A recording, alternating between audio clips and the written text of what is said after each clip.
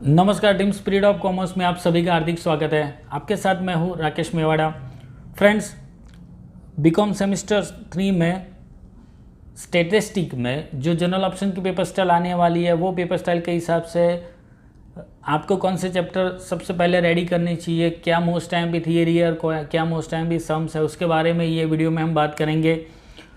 और paper style क्या है वो तो आपको पता चल ही गई है, क्योंकि आपने एग्ज़ाम जनरल ऑप्शन की पेपर स्टाइल के हिसाब से दे दी। तो अब मैं बता रहा हूँ आपको सेक्शन 1 और सेक्शन 2 के बारे में, बट स्पेसिफाइड मैं कर रहा हूँ सेक्शन 2 में। अब तक जो आपने एग्ज़ाम दी उसमें सेक्शन 2 में MCQs ही आते थे, बट स्टैटिस्टिक में ज़रूरी नहीं कि आपको MCQs ही पूछे, उसके साथ साथ आपको शॉर्ट सम या शॉर्ट क्वेश्चंस भी रेडी करने पड़ेंगे। एक बे वाक्य में जवाब आपो, मतलब डेफिनेशंस होती है, वो जो थियरी होती है वो यहाँ पूछ सकते हैं शॉर्ट क्वेश्चन में। तो स्टेट में ओनली MCQ पे मत जाना, यहाँ पे शॉर्ट क्वेश्चन आ सकते हैं, या सारे शॉर्ट क्वेश्चन भी पूछ ले या हाफ हाफ करे। तो ये मैं आपको आगाह कर रहा हूँ कि सेक्शन 2 MCQ के सहारे मत जाना, हो सकता है शॉर्ट क्वेश्चन यहाँ पे आए। सेकेंड थिंग, ये तो मैंने बता दिया आपको सेक्शन 2 के बारे में। अब हम बात करें सेक्शन 1 में।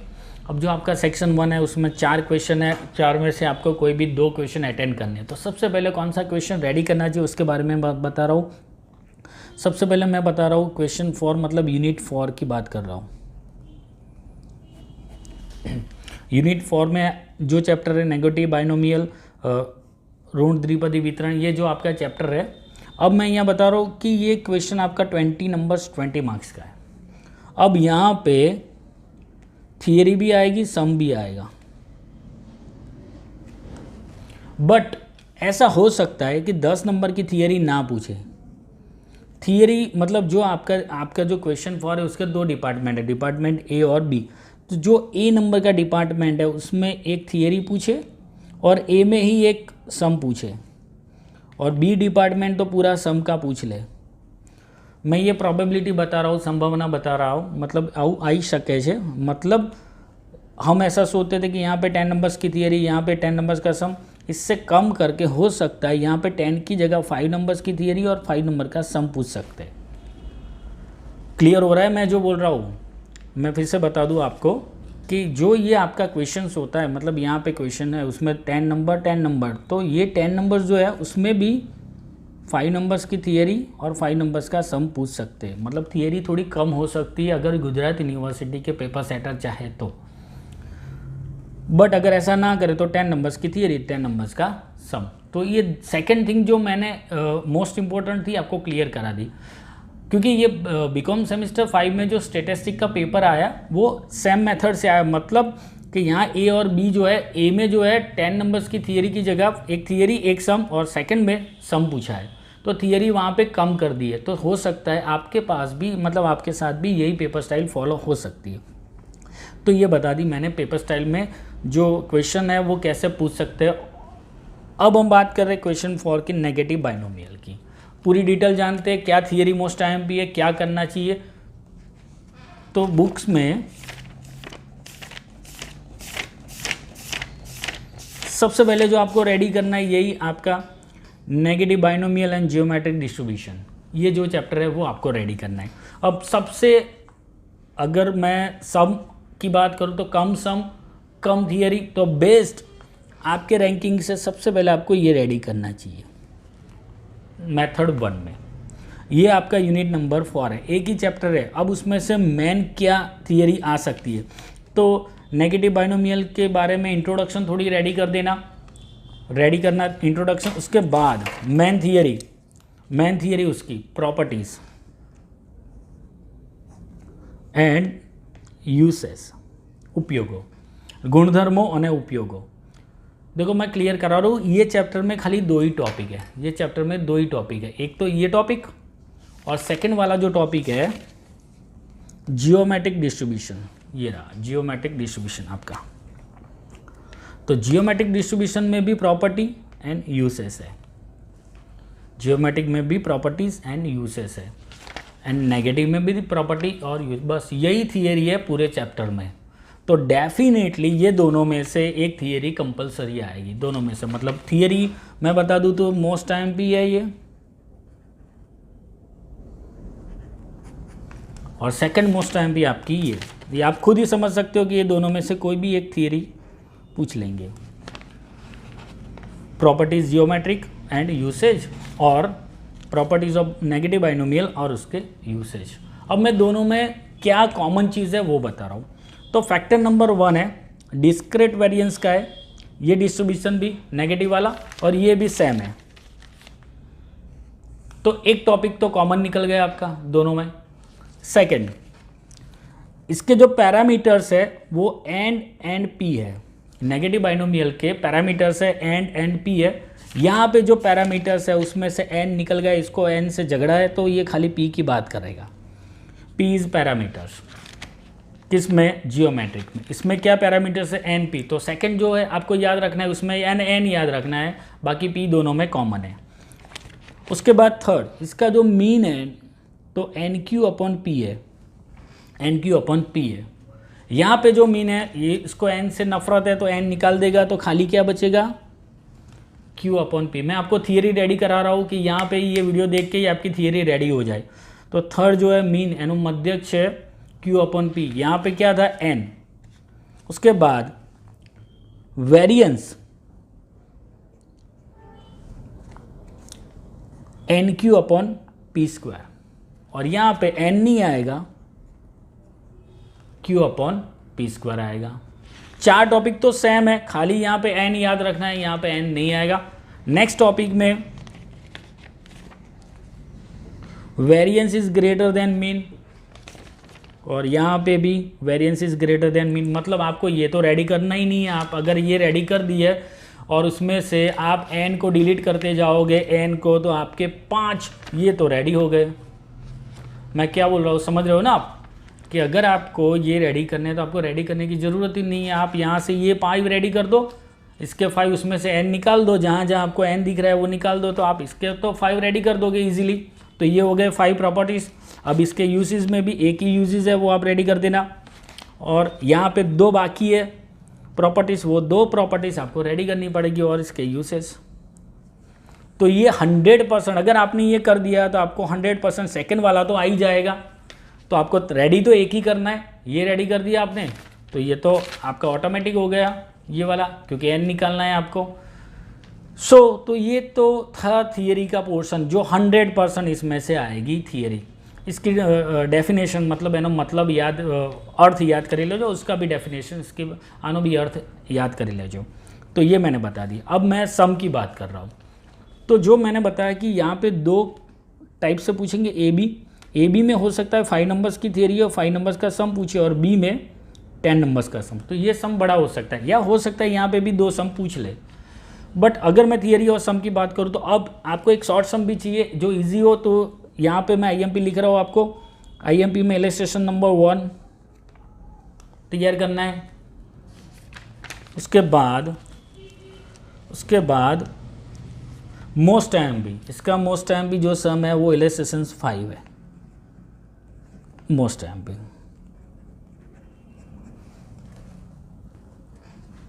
ये मोस्ट एमपी सम इलस्ट्रेशन 5 मुद्दा।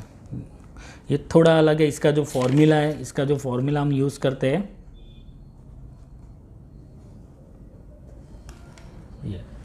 ये फॉर्मूला के हिसाब से। अब नेगेटिव बाइनोमियल और जियोमेट्रिक में क्या फ़र्क है? तो ये जो फॉर्मूला हम यूज़ करते हैं नेगेटिव में, n + x - 1 n - 1, और उसमें अगर मैं n = 1 ले लूँ, n = 1 ले लूँ, यहाँ पे मैं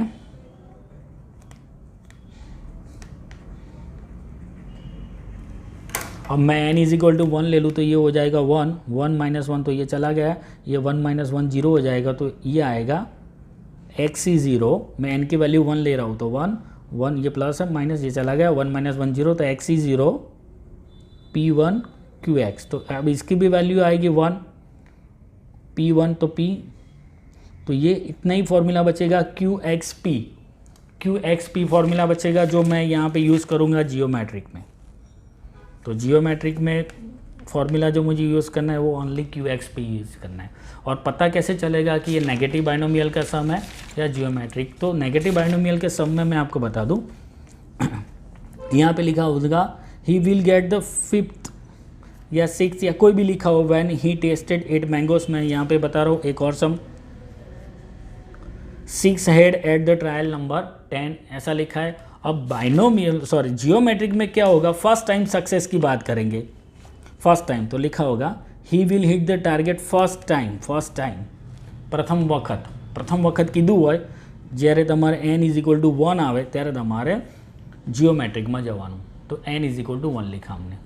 उसके बाद इलस्ट्रेशन 8 में भी देखो first head at third time, तो जहाँ पे हम लिखते हैं n + x = 3 लिखना है, n = 1 लिखना है।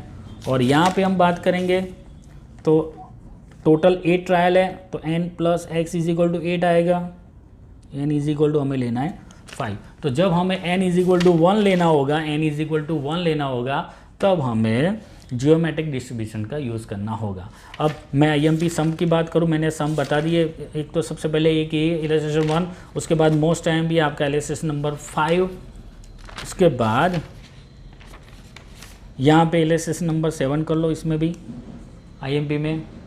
उसके बाद इसमें भी जो मैंने इलस्ट्रेशन 5 लिखा इसके जैसा इसमें भी है इलस्ट्रेशन नंबर 9, ये भी मोस्ट IMP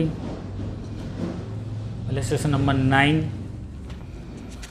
उसके बाद एक्सरसाइज में हम आ जाते हैं। तो एक्सरसाइज में जो मोस्ट IMP है उसके बारे में मैं बता दूं कि एक्सरसाइज में ये 2 मोस्ट IMP है, क्वेश्चन 13 और क्वेश्चन 14 चेक कर लो। ये नेगेटिव बाइनोमियल के डिस्ट्रीब्यूशन के मीन और वेरिएंस के बारे में बोला है, जियोमेट्रिक के मीन और वेरिएंस के बारे में बोला है। तो ये 2 मोस्ट IMP है। उसके बाद अगर आपको एक्स्ट्रा प्रैक्टिस करनी है ये चैप्टर में तो आपको क्वेश्चन नंबर 28 पूरा जो यूनिवर्सिटी में पूछा हुआ है और क्वेश्चन नंबर 29, क्वेश्चन 28 और 29 कर देना है। तो आपको ये क्वेश्चन नंबर 4 में 20 मार्क्स कंप्लीट आ जाएंगे, 20 नंबर्स आपके रेडी क्वेश्चन नंबर 4 में। अगर मैंने आपको बता दिया इतना आप रेडी कर दोगे तो आपको क्वेश्चन नंबर 4 में 20 नंबर्स रेडी। और थियरी मैंने आपको बता दी, थियरी आपको कैसे रेडी करनी है दोनों की। ये थियरी नेगेटिव की और जियोमेट्रिक की 5 पॉइंट्स है, मैं इसमें तो थियरी आपको रेडी करनी नहीं है, कर दिया। उसमें से n आपने हटा दिया, n को हटा दिया तो ये हो गई। सो ये मैंने बताया क्वेश्चन 4 के बारे में, मतलब आपको सबसे पहले ये रेडी करना चाहिए। हाँ, एक और चीज़ मैं बता दूं, अगर आप ये सम गिन रहे हो तो यहाँ पे आपको P और Q लेना आता। P मतलब प्रोबेबिलिटी लेनी होती है। यहाँ पे लिखा है the probability that a person can hit a target any trial. तो यहाँ पे आप फटाफट P 2/3 ले सकते हो, बट आपको जल्दी नहीं करनी क्योंकि आपको ये देखना है कि आंसर में क्या पूछा है। आंसर में पूछा है that he will hit the target. हाँ, तो हमें ये P 2/3 ले सकते हैं हम। बट अगर सम आपका ऐसा हो, यहाँ पे द प्रोबेबिलिटी दैट IMP में ये सम क्वेश्चन 6 कर देना, क्वेश्चन 6 IMP में the probability that a potato in a style in a lot potato is style in a lot of potatoes. अब ये हम इसको P ले नहीं सकते, हमें पहले ये देखना है हमें क्या फाइंड, किसकी प्रोबेबिलिटी। અહીંયા કીધું જે સડેલા હોય, બટાકા સડેલા હોય, तो 1/4 को हम P नहीं ले सकते। हमें किसको P लेना है, तो हमें पहले ये देखना है find the probability that he will get good potato. यहाँ पे ऐसा लिखा है, क्या लिखा है, गुड पोटैटो। तो अब हमें ये सम में क्या करना है, ये सम में अगर मैं ये सम की बात करूँ तो हमें ये सम में क्या करना चाहिए। तो ये सम में हमें जो लिखा है 1/4 वो हमें P नहीं लेना है, वो हमें Q लेना है क्योंकि हमें फाइंड करना है गुड पोटैटो की। अब P कैसे फाइंड करेंगे, तो 1 - Q करेंगे, तो 1 - 1/4 तो 3/4। तो यहाँ पे हमें P लेना है 3/4। तो याद रखना ये सम मोस्ट IMP है। यहाँ पे आपको प्रोबेबिलिटी अलग दी और फाइंड अलग प्रोबेबिलिटी करनी है। અહીંયા સારા બટાકાની સંભાવના શોધવાની છે તો P તમારો બદલાઈ જશે, इसको हमें क्या लेना है, Q। तो ये मोस्ट IMP एक और सम है, तो ध्यान रखना एग्जाम में ये ट्विस्ट ना कर दे। तो ये मैंने बता दिया आपको यूनिट 4 मतलब आपका स्टेप नंबर 1 ये रेडी करना चाहिए। अब हम बात करते हैं क्वेश्चन नंबर 3 के बारे में, मैथमेटिकल एक्सपेक्टेशन गणितीय अपेक्षा मोमेंट्स प्रगातो। अब इसमें भी मैंने बता दिया कि थियरी और सम कैसे आ सकते हैं, जो मैंने यहाँ पे बताया ऐसे है। अब दोनों के आईएमपी थियरी और सम के बारे में बात करते हैं हम। तो सबसे अच्छा मैंने आपको बता दिया कौन सा डिवीज़न है। अब हम बात करें मैथमेटिकल एक्सपेक्टेशन, गणितीय अपेक्षावाड़ू चैप्टर से एमा। और मैथमेटिकल एक्सपेक्टेशन में सबसे पहले आपको क्या क्या रेडी करना है थियरी में। तो ये थियरी है 5 नंबर में पूछ सकते हैं ये थियरी। उसके बाद ये अगर आप सम के लिए जा रहे हो तो सम में ये आईएमपी है, ये फार्मूलाज, अगर आप ये फार्मूला रेडी करोगे तो सम गिनने में आपको इजी रहेगा। उसके बाद एवरी ईयर ऑलमोस्ट एक सम तो पी फाइंड करने का सम में पूछते हैं एग्ज़ाम में, तो पी फाइंड करने वाला एक सम ये। उसके बाद यही पी है, पी की जगह के लिखा है, तो ये थोड़ा टफ है, तो ये आईएमपी में गिन सकते हैं, इसको भी आपको रेडी करना चाहिए। लेसन नंबर 5 मैं बता रहा हूँ, पूरे टॉपिक पूरा सिलेबस बता रहा हूँ आपको भी इसमें क्या क्या है, तो आपसे कोई पॉइंट रह ना जाए। उसके बाद ये पी वाला ही एक और सम है, अगर आपको रेडी करना है तो प्रैक्टिस के लिए। उसके बाद illustration number 9, 3 black and 2 white balls, जो प्रोबेबिलिटी में 12th में आपने सीखा था। और यहाँ पे आपको लिखना है एक्स आई, कितने सिलेक्ट करने हैं, यहाँ पे 2 बॉल सिलेक्ट करना है तो 0 से 2 तक लिख देना है। 3 बॉल सिलेक्ट करना है तो 0 से 3 तक, पर एक रूल्स है उसमें, बट अभी मैं इसमें नहीं जा रहा हूँ, अभी आपको खाली जस्ट रैंडमली बता रहा हूँ। उसके बाद ये जहाँ पे आपको पैसे मिलेंगे, यहाँ पे 10 रुपीज़ और यहाँ पे 5 रुपीज़ मिल रहा है, तो ये आईएमपी है, वही सम है, उसमें खाली ऐड करके लिखा है। उसके बाद ये मोस्ट टाइम पे इलस्ट्रेशन 12, नंबर्स रैंडम लिखे होंगे 1 1 2 2 और 3 3, उसमें से सिलेक्ट करने होंगे। यहाँ पे ऐसे सिलेक्ट करें 1 1 2 2 3 3, तो 1 1 1 2 1 2 1 3 1 3 ऐसे आप सिलेक्ट कर सकते हो। फिर 1 2 1 2 1 3 1 3, उसके बाद 2 2 2 3 2 3, उसके बाद 2 3 2 3, उसके बाद 3 3, जो यहाँ पे मैंने यहाँ पे दिया ऐसे आपको लिख सकते हो टोटल करके। तो ये था मोस्ट आईएमपी। उसके बाद एक और सम भी आईएमपी है, इलस्ट्रेशन 13। ये हो जाने के बाद इलस्ट्रेशन नंबर 15, 16, ये मोस्ट आईएमपी। ये शॉर्ट सम में या एमसीक्यूज वाला जो सेक्शन 2 है उसमें भी पूछ सकते हैं। इसमें आपको ई और वी वाली वैल्यू फाइंड करनी, जैसे कि यहाँ पे लिखा है ई एक्स प्लस वाई, तो ई एक्स ई वाई ऐसे। और वी वाले सेक्शन में अलग कैलकुलेशन होती है, जैसे कि यहाँ पे लिखा है 5x प्लस 2y। मैं यहाँ पे रैंडमली फटाफट आपको बता रहा हूँ, शायद आपको आता ही होगा। तो 5 का स्क्वायर करना है, यहाँ पे जो वैल्यू होती है इसका स्क्वायर, और उसके बाद vx प्लस यहाँ पे 2 का स्क्वायर vy, तो ये वैल्यू आएगी। और यहाँ पे vx और vy की वैल्यू आपको सब में दे दी होगी, जैसे कि यहाँ पे सारी वैल्यूज़ दे दिया, वो आपको फिलअप करनी है। तो ये मोस्ट आईएमपी है आपका। मोस्ट आईएमपी याद रखना, कोई भी टॉपिक आएगा ये, बस इसमें एक और चीज़ नहीं दी है जो मैं एक्सरसाइज में आपको दे रहा हूँ। तो इसके बाद आपको जाना है आईएमपी के लिए।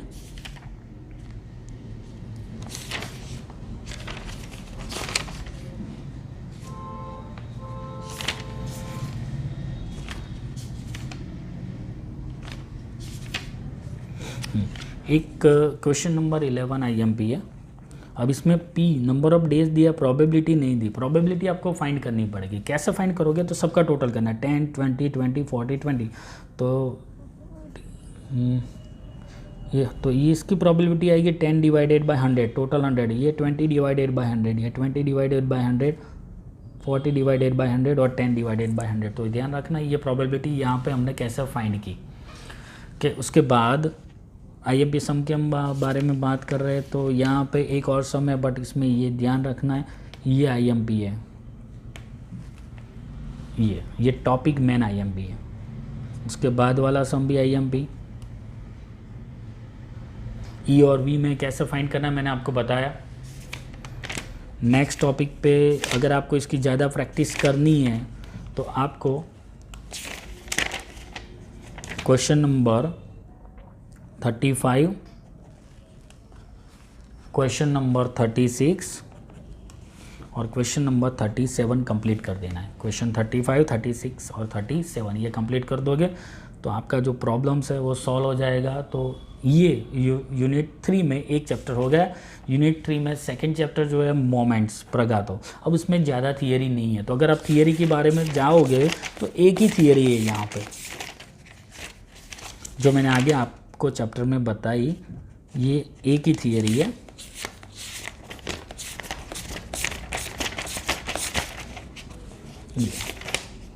तो यहाँ से थोड़ा इंट्रोडक्शन रेडी कर देना, उसके बाद ये डेफिनेशन रेडी कर दो।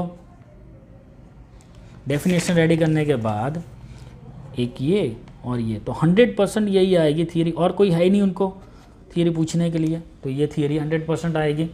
तो ये आपको लिखनी है। अगर 5 नंबर में पूछे या 10 नंबर में, अगर 10 में पूछेंगे तो सब, या तो 5 में पूछेंगे तो इसमें से ये पूछे या ये पूछे। तो ये मोस्ट टाइम की थियरी मैं फिर से आपको रिपीट करवा रहा हूँ। ये थियरी इतनी है पूरे सेक्शन में, पूरे यूनिट 3 में। तो ये डेफिनेशन, इंट्रोडक्शन आपको करनी है, और फिर ये उसके बाद सब मैंने आपको बता दिए। अब हमारे मोमेंट्स, इसमें ज़्यादा थियरी है नहीं। थियरी के लिए क्या करना है, तो अगर फॉर्मूला पूछेंगे कि सेंट्रल मोमेंट का क्या फॉर्मूला, तो सम आप गिनोगे तो सम के हिसाब से आपको फॉर्मूला तो याद ऐसे रहेंगे। तो ये फॉर्मूला ऐसा है, यहाँ पे भी फॉर्मूलाज है, यहाँ पे x माइनस एक्स बाई, यहाँ पे फ्रीक्वेंसी ऐड हो रही है, सेंट्रल मोमेंट है।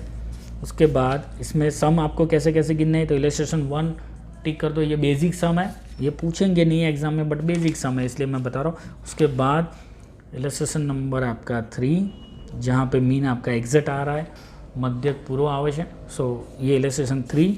उसके बाद रो मोमेंट के फॉर्मूलाज, सादी प्रगातना सूत्रों। उसके बाद मेन ये है relation between raw moment and central moment. ये 4 फॉर्मूला, ये आईएमपी इसलिए कि फॉर्मूला आपको रेडी करने पड़ेंगे। एक सम तो आपको ऐसा गिनने का आएगा जिसमें आपको रो मोमेंट्स दी होगी, रो मोमेंट्स, और उसके ऊपर से आपको सेंट्रल मोमेंट फाइंड करनी है। या तो बड़ा सम भी हो सकता है या छोटा सम भी हो सकता है, कोई भी सम हो सकता है। तो ये मैं आपको बता रहा हूँ कि ये आपको कैसे याद रखना। तो ये आपको 100% याद रखना है, एग्ज़ाम में डेफिनेटली ये काम आने वाला है आपको। उसके बाद ये सम में हम नहीं जा रहे क्योंकि इसके और में हमारे पास सम रेडी है। तो अब हम इलस्ट्रेशन 6 जिसको मोस्ट टाइम पे बताएंगे, क्योंकि यहाँ पे सेंट्रल मोमेंट फाइंड करने के लिए बोला है। अब सेंट्रल मोमेंट आपको फाइंड करनी है, ओके गुड, बट यहाँ पे एक्स बार आपका एग्जैक्ट नहीं आ रहा है, तो आपको सपोज करना पड़ेगा ए, और ए फाइंड सपोज करके जाओगे तो आपको रो मोमेंट मिलेगी। और यहाँ पे सम में पूछी है सेंट्रल मोमेंट, आपको मिलेगी रो मोमेंट। तो कुछ नहीं, आपको सबसे पहले रो मोमेंट फाइंड कर देनी है। उसके बाद जो ये मैंने 4 फार्मूला आपको बताए, ये 4 फार्मूला के हिसाब से आपको सेंट्रल मोमेंट फाइंड कर देनी है, सिंपल। तो ये तो आने वाले ही है 100%। रो में से सेंट्रल के 4 फार्मूला, इसमें तो एक तो 0 है, बाकी आपको 1, 2 और 3 याद रखने हैं, मतलब 2, 3 और 4 याद रखने हैं। ये फॉर्मूले याद रखने हैं। 2 में 2 स्टेप है, 3 में 3 स्टेप है, स्टेप नंबर 1, 2 एंड 3। 4 में 4 स्टेप है, 1, 2, 3, 4। और 2 में यहाँ पे स्क्वायर, 3 में यहाँ पे क्यूब है, यहाँ पे पावर 4 आ रहा है। तो ये आपको याद रखना है। उसके बाद कुछ शॉर्ट क्वेश्चन में थियरी में, तो ये पूरा पोर्शन नंबर 5 आपको याद रखना है। पोर्शन नंबर 5 जिसमें मीन का फॉर्मूला, ये फॉर्मूला सेकंड, उसके बाद ये फॉर्मूला आपको डेफिनेटली याद रखना है। ये सारे फॉर्मूलाज आपको याद रखने हैं, 1, 2, 3, 5। तो ये आप रेडी कर देना, शॉर्ट क्वेश्चन में डेफिनेटली आएंगे। अब उसके बाद अगर मैं मोस्ट एमपी के बारे में जाऊँ तो यहाँ पे हम जा रहे हैं इलस्ट्रेशन नंबर 9 में। ये आईएमपी है इलस्ट्रेशन नंबर 9। यहाँ पे ये जितने भी सम थे उसमें फ्रीक्वेंसी देते थे, एफ आपको देते थे, यहाँ पे डायरेक्ट प्रोबेबिलिटी दी है पी। तो ये अलग सम है, ये चैप्टर में अलग, और इसके लिए आपको 1, 2, 3, 4 स्टेप लेना है, और सिंपली म्यू 2, म्यू 3, म्यू 4 आपको इजीली मिल जाएंगे, और उसके ऊपर से आपको सेंट्रल मोमेंट फाइंड करनी है। तो ये इजी है पर अलग है, तो इसलिए मैं आईएमपी बता रहा हूँ उसको। उसके बाद आपको इलस्ट्रेशन 10 पक्का कर देना है, पक्का। ये भी 100% वाला, इसमें सारी ऑलमोस्ट डिटेल है, क्या क्या आपको फाइंड करना है, क्या क्या नहीं, सब डिटेल इसमें दी है। तो मस्ट इलस्ट्रेशन 10। उसके बाद अगर आपको ज़्यादा प्रैक्टिस करनी है तो आप क्वेश्चन नंबर 29, क्वेश्चन नंबर 30 और क्वेश्चन नंबर 31 में जा सकते हो। 29, 30 और 31 में जा सकते हो, आपके पास टाइम है तो एक्स्ट्रा। बट मैं ऐसा बोल रहा हूँ, प्रीफर कर रहा हूँ कि ये करके ही जाना। इसमें अगर थियरी दी है तो आप अलग से लिखना, परफेक्टली प्रिपेयर कर देना। ये 3 को परफेक्टली प्रिपेयर कर देना, क्योंकि अगर आपने ये 2 क्वेश्चन को क्रैक कर दिया परफेक्टली तो आपको यहाँ का तो कोई टेंशन रहेगा ही नहीं। और मेरे ख्याल से प्रोबेबिलिटी तो लास्ट में रखना, क्योंकि इसमें थियरीज ज़्यादा है, आपको थियरी ज़्यादा करनी पड़ेगी और क्या थियरी आएगी वो नहीं पता। और यहाँ पे मैंने बता दी 2 ही थियरी है, उसमें से एक ही तैयार करनी है, सेकंड तो आप ऑटोमेटिक रेडी कर दोगे। और यहाँ पे एक ही थियरी है, पूरे टॉपिक में एक थियरी है। और वो थियरी कौन से, मैं एक बार फिर से रिपीट करा रहा हूँ कि यहाँ पे आपको थियरी कौन सी तैयार करनी है ये क्वेश्चन के लिए। तो ये क्वेश्चन के लिए मैंने बता दी आपको, स्टार्टिंग में इंट्रोडक्शन थोड़ा रेडी करना है, ये डेफिनेशन रेडी करनी है, और ये बस ये कर दिया, आपका काम हो गया। ज़्यादा कुछ थियरी यहाँ पे है नहीं, ये थोड़े रूल्स है और बस, और कुछ है नहीं ज़्यादा। तो मोस्टली यहाँ पे जो थियरी है वो तो ये जो है ये थियरी डिफाइन करनी है, तो जो मैंने आपको बता दी। यहाँ पे क्वेश्चन नंबर 5 में ये टॉपिक नंबर 5, ये टॉपिक 5 भी आपको रेडी कर देना है कंप्लीट। तो ये मैंने बता दिया आपको। अब हम जा रहे, मतलब आपका रैंकिंग या ये सबसे पहले रेडी करना है, ये सेकंड नंबर पे आपको रेडी करना है। अब थर्ड नंबर यहाँ पे आएंगे, यूनिट 1 आपका, उसमें 2 क्वेश्चन है, लिमिट और कंटिन्यूटी, लक्ष्य और सातत्य एवं चैप्टर से। तो अब हम बात करते हैं लिमिट और कंटिन्यूटी में। तो सबसे पहले हम जा रहे हैं लिमिट में, इसमें थोड़ी थियरी है। तो कौन कौन सी थियरी उसके बारे में, तो ये डेफिनेशन व्याख्या आप लीजिए, फंक्शन विधेयनी व्याख्या आप लीजिए ए, उसके बाद डोमेन, कोडोमेन और रेंज, प्रदेश, सप्रदेश और विस्तार, उसकी डेफिनेशंस हैं। उसके बाद ये कुछ शॉर्ट क्वेश्चन में आपको काम आएंगे, तो इसके लिए मैं ये सारे टिक कर रहा हूँ आपको। इलस्ट्रेशन 1, 2 ये शॉर्ट क्वेश्चन में आपको यूज़फुल होंगे। 3, 4, 5 ये। उसके बाद तो डायरेक्ट हम जा रहे हैं लिमिट वाले टॉपिक में। अब लिमिट वाले टॉपिक में क्या करना है आपको, क्या क्या रेडी करना है थियरी पे। तो थियरी में ये मोस्ट टाइम पे है, x tend to a, x tend to 0 और x tend to infinity, meaning ये 100% ये टॉपिक ये। उसके बाद लिमिट ऑफ फंक्शन जो आपको लिखा है वो, उसका जो बेस है ये रेडी करके जाना, ये बेस है ये रेडी करके जाना। उसके बाद रूल्स ऑफ लिमिट ये रेडी करना है आपको, नियमों છે, लक्षणा नियमों છે, ये तैयार करके जाना। हो सकता है ये भी पूछ ले। अब स्टैंडर्ड फंक्शन का लिमिट, ये आपको प्रैक्टिकल सम के लिए काम आएंगे, तो ये भी आपको रेडी करना है। अगर आप प्रैक्टिकल सम गिनना चाह रहे हो अगर ये चैप्टर का, तो इसमें भी ये काम आएंगे, तो ये। उसके बाद हम जा रहे हमारे इलस्ट्रेशन 16 IMP में।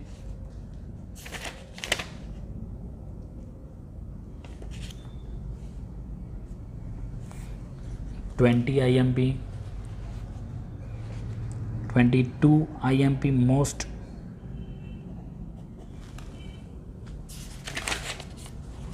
24 IMP,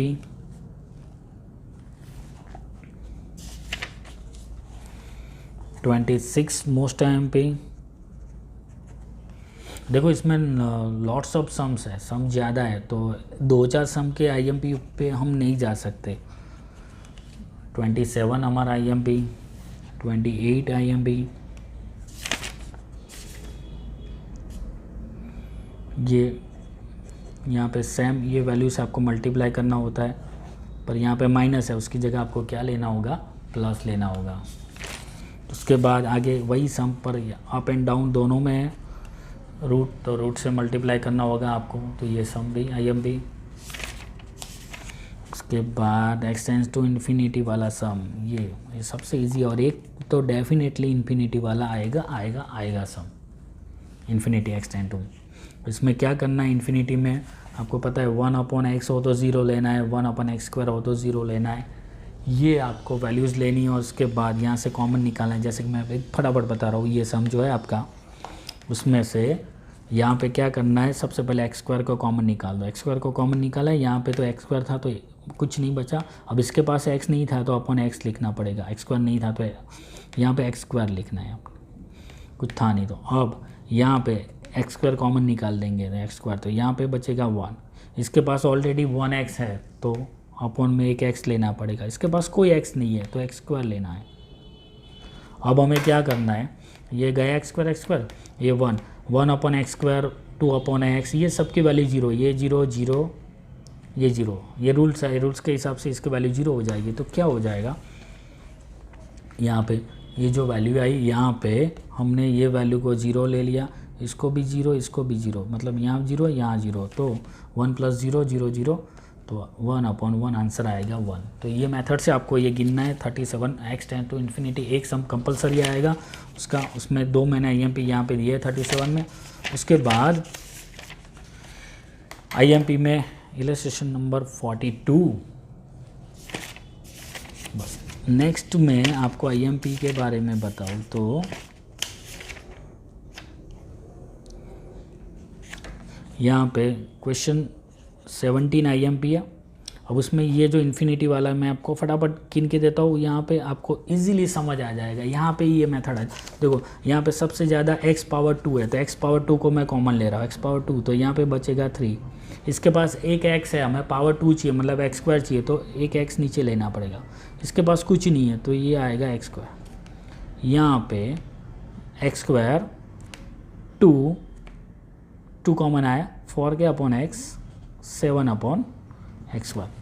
अब क्या होगा, ये चला जाएगा, इसकी वैल्यू 0, इसकी वैल्यू 0, पूरी इसकी वैल्यू 0 0, यहाँ पे भी 0, ये भी 0, तो क्या बचा 3 + 0 + 0 तो 3, और 2 + 0 + 0 तो ये आएगा 2। तो हमारा आंसर आएगा 3/2, ये रहेगा हमारा आंसर। क्लियर। तो मैंने इन्फिनिटी वाला सम आपको फटाफट बता दिया, आपको क्या करना है इन्फिनिटी, क्योंकि आप चेक करो अगर मल्टीप्लाई करोगे तो ये 3x² बनेगा, x चला जाएगा तो क्या बचेगा, ऊपर 9x बचेगा। क्लियर। तो ये इन्फिनिटी वाला सम आपको एक डेफिनेटली आता है। कोई भी यूनिवर्सिटी का ब्लॉक देख लो, जैसे कि ये ब्लॉक है तो ये ब्लॉक में भी सेकंड वाला इन्फिनिटी वाला है। अब इन्फिनिटी वाला मैं एक बार फिर से आपको फटाफट यहाँ पे सॉल्व करा रहा हूँ कि x³ है तो मैं x³ को कॉमन ले लूँगा, ज़्यादा है सबसे, तो x³, तो यहाँ पे बचा 3 प्लस यहाँ पे x² है, हमें चाहिए क्यूब, तो 1 अपॉन में लेना पड़ेगा स्क्वायर को, सॉरी x को, प्लस 7 है तो यहाँ पे मुझे क्या करना पड़ेगा, स्क्वायर क्यूब, यहाँ पे कुछ नहीं है तो 4x³ अपॉन में यहाँ पे प्रिंटिंग में एक मिस्टेक है तो यहाँ पे मैं क्यूब कर रहा हूँ, तो x³ 2 9 upon x 4 upon x², 2 upon x³, ये सब की वैल्यू, ये चला गया, सबकी वैल्यू 0 0 0, ये 0 0 0 0 0 0, ये सब 3 प्लस में 0, 2 प्लस में 0, मतलब 3/2। सो ये आपका क्लियर हो गया। यूनिवर्सिटी में अगर एक सम आए और अगर आपको नहीं आता था और अगर आपको ये सम आ जाए तो कमेंट में लिख के मुझे बताना। ओके चलो, तो ये आपको IMP में 70 और 71 कर देना है IMP के लिए, और एक और सेफ्टी के लिए 68। तो ये था लिमिट का। अब कंटिन्यूटी, जिसको गुजराती में कहीं साथ आती है। अब इसमें कोई थियरी है नहीं ज़्यादा, बट एक थियरी है डेफिनेशन ऑफ कंटिन्यूटी, तो ये आपको रेडी कर देनी है। और सम गिनने के लिए भी जो स्टेप चाहिए A B C, जिसको मैं बता रहा हूँ A B और C, B में 2 पार्ट में बनाता हूँ और ये C, तो AB = C करना होता है, बट ये डेफिनेशन आपको रेडी करनी है, व्याख्या, सातत्य यानी व्याख्या से। उसके बाद इसमें जो सम है वो मैं क्वेश्चन ले रहा हूँ IMP में question number 13, question number 14, question number 17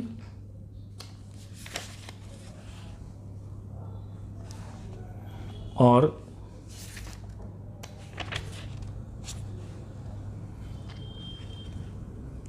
फिर क्वेश्चन 34, क्वेश्चन 35, ये 2 और 32।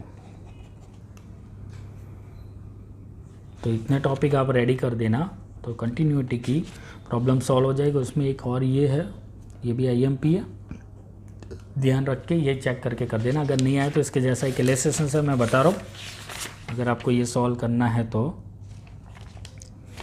अगर ये नहीं आता तो इसके सेम इलस्ट्रेशन 4 है, तो आप ये कर सकते हो। ओके, तो ये थी कंटिन्यूटी की। मतलब मैंने आपको थर्ड, आपका जो स्टेप था उसमें थर्ड स्टेप में क्या आपको रेडी करना वो बता दी। अब आपको स्टेप नंबर, हो सकता है किसी को प्रोबेबिलिटी ज़्यादा है तो कोई अपने हिसाब से रैंक बना सकता है कि प्रोबेबिलिटी सबसे पहले करे, कोई प्रॉब्लम नहीं उसको। अगर ये अच्छा आता है, थियरी आती है तो कोई प्रॉब्लम है ही नहीं, बट इसमें थोड़ी ज़्यादा थियरी क्या क्या है मैं बता देता हूँ। कंटिन्यू प्रोबेबिलिटी, संभावना। सबसे पहले यहाँ पे सैम्पल स्पेस, ये थियरी। उसके बाद ये सारी थियरी जो आप इवेंट जो आपको 12th में डिस्टर्ब कर रही थी वही थियरी है जो 12th में थी।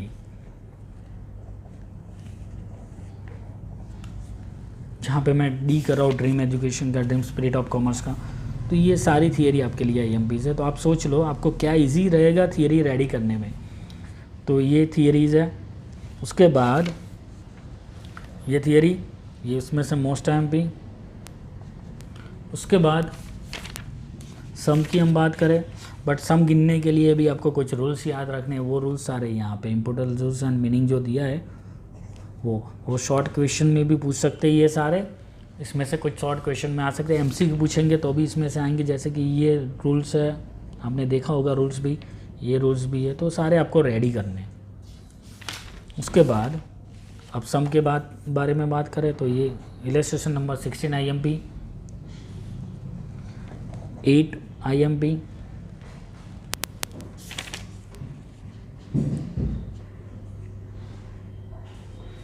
ये रूल्स थियरी में, व्यस्त श्रेणिक कैशो इनवर्स। उसके बाद इलस्ट्रेशन नंबर 12 इलस्ट्रेशन नंबर 11। तो इसमें थोड़ा लेंदी रहेगा अगर आप प्रोबेबिलिटी की ओर जा रहे हो तो। इलस्ट्रेशन 15,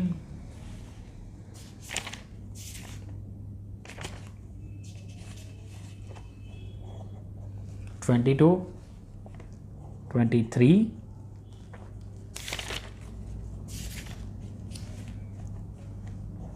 27, ये मोस्ट IMP,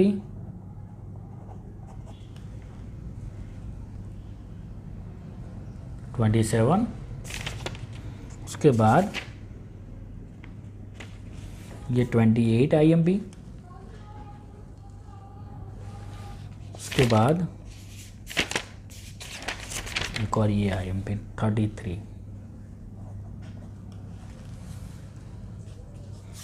इसके सिवा आपको क्या और रेडी करना है इसमें, तो क्योंकि लेंदी है थोड़ा, तो आपको क्वेश्चन 53 रेडी करना है पूरा, सारे सम भी रेडी करने हैं, 54 भी रेडी करना है, 55, 56। तो ये आपको रेडी करना है। यहाँ पे जो जो डेफिनेशंस या जो भी आपको फाइंड करना है, जो भी थियरी है वो आपको रेडी कर देनी है इसके साथ साथ, अगर आप प्रोबेबिलिटी की ओर जा रहे हो। बट मैंने आपको बताया कि अगर जनरल ऑप्शन आ ही रहा है और उसके बेनिफिट आप ले रहे हो तो आपको सबसे पहले ये 2, 3, बट ये सेक्शन 2 के लिए आपको थोड़ी बहुत शॉर्ट क्वेश्चंस और MCQs उसके रेडी करने पड़ेंगे। मैं यहाँ बता रहा हूँ खाली MCQ पे मत जाना, शॉर्ट क्वेश्चन भी आपको रेडी करके जाना होगा। तो ये पूरी मैंने स्ट्रेटेजी और पूरा स्टेट आपको बता दिया कि कौन से चैप्टर में क्या है, कहाँ पे थियरी है और कौन से चैप्टर में सम है, कौन से सम IMP और आपको कितने सम करके जाना चाहिए मिनिमम। तो अगर वीडियो पसंद आए तो लाइक करो, स्पेशली अपने फ्रेंड्स को शेयर करना ये वीडियो, बेल आइकॉन को प्रेस करना, नोटिफिकेशन ऑन रखना, और चैनल को अगर सब्सक्राइब नहीं किया तो चैनल को सब्सक्राइब करो। बाकी के सब्जेक्ट के लिए भी मैं ऐसा IMP वीडियो बनाने वाला हूँ। IMP एक्चुअली तो मैंने पेपर स्टाइल रख दी है, पर ये चैप्टर वाइज मैं वीडियो रखने वाला हूँ। तो चैनल को सब्सक्राइब नहीं किया तो चैनल को सब्सक्राइब करो, और एग्ज़ाम देने के बाद आपकी एग्ज़ाम कैसी रही वो मुझे कमेंट में बताना। आपको ये वीडियो से कुछ हेल्प हुई या नहीं हुई वो भी आप क्लियरली बता देना। So thank you for watching.